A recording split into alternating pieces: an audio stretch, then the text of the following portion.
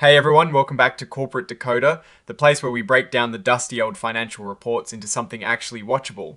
And today we're diving into a giant of the aerospace and defense world, RTX Corporation, and their latest 10K filing. Let me tell you, this filing has more numbers than a calculator convention. And we're going to try and make sense of it all for you now, before we dive headfirst into this financial ocean.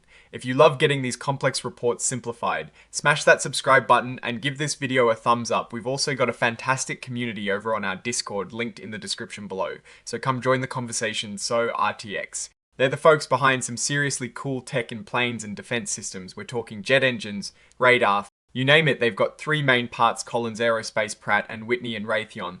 Their latest report covers the year ending the 31st of December 2025, and it is a packed one revealing a lot about where they stand and where they're headed. First off, let's talk about their massive scale. They are a global player with a huge workforce and operations spread across tons of countries.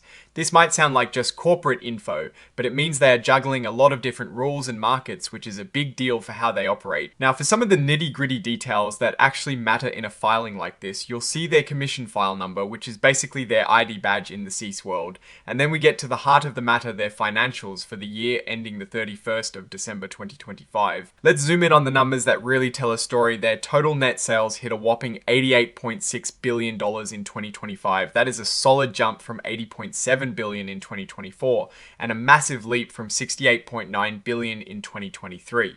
This growth is mostly organic, meaning it is coming from their core business, not just from buying other companies. And what does that mean for their profit? Well, operating profit jumped significantly to $9.3 billion in 2025. This is a big comeback from $6.5 billion in 2024, and a huge improvement from just $3.5 billion in 2023.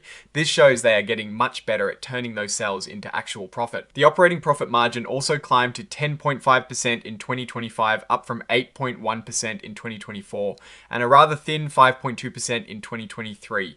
This means for every dollar they make in sales, they are keeping more for themselves, which is a great sign of improving efficiency. Breaking down those sales a bit, products make up the biggest chunk of their business, bringing in $64.1 billion in 2025. This is up from $59.6 billion in 2024 services. While smaller also saw growth, reaching $24.4 billion in 2025, this product-heavy approach suggests they are focused on selling their core hardware and technology. Looking at who buys their stuff, the US government remains a massive customer, bringing in $33.2 billion in 2025. Although this is a decrease from 40% to 38% of their total sales, it is still a huge chunk of their business, and international sales are growing, reaching $41.3 billion in 2025. That is 47% of their total sales, showing they are successfully expanding beyond the US. Now, here is a number that tells us about the future. Their total backlog, which is like a promise of future sales, stands at an incredible $268 billion in 2025. That is up from $218 billion in 2024. This means they have a lot of work already lined up, meaning stability and continued growth potential. Digging into the segments, Pratt and Whitney is a huge part of their engine business. They are pushing their GTF engine family, which is supposed to be more fuel efficient and quieter, but they had a big problem in 2023 with powder metal issues in certain engine parts. This led to a massive charge of $2.9 billion impacting their results. Then in 2025, they had to issue special instructions for inspections on these engines. This whole powder metal saga has cost them a lot of money and reputation, and they are still dealing with the fallout into 2026. Now, Collins Aerospace is performing really well. Their net sales jumped 7% in 2025, mainly driven by strong aftermarket sales for commercial aircraft. This suggests airlines are flying more and need more parts. And repairs, also their defense sales are up, which is good for their bottom line. They're also investing in sustainable technologies like hybrid electric engines, which shows they are thinking about the future. Raytheon is their defense arm and also showing healthy growth. Net sales increased 5% in 2025, largely due to strong demand for land and air defense systems like Patriot and NASAMS.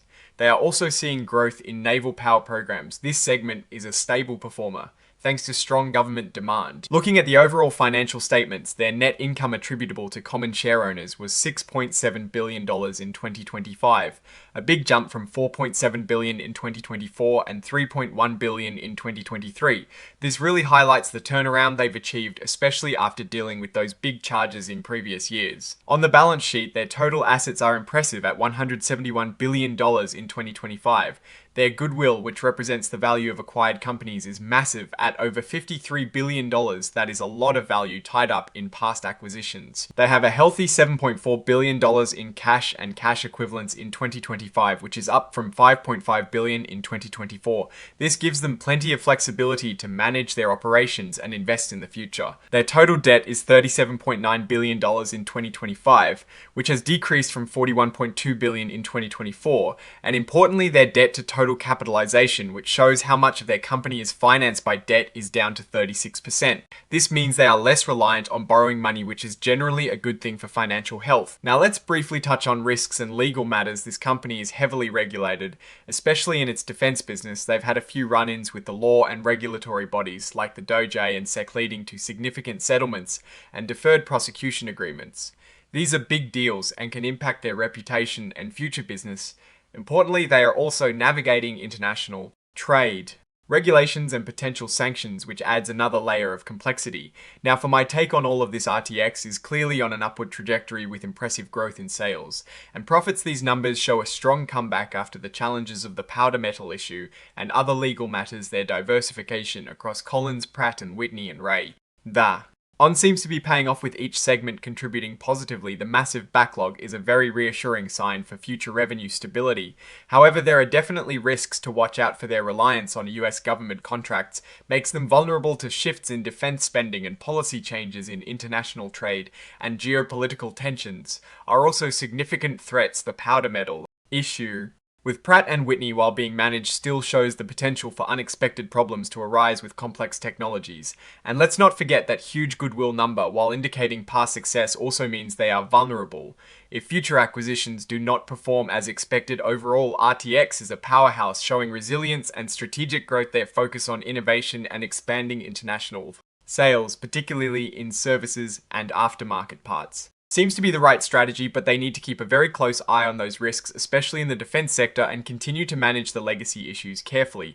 What do you think of RTX's performance and their outlook? Share your thoughts in the comments below. If you found this breakdown helpful, please hit that like button and subscribe for more corporate digging. Don't forget to join our Discord community, linked in the description, for more direct discuss. Shins and insights, thanks for watching, and we'll see you in the next episode of Corporate Decoder.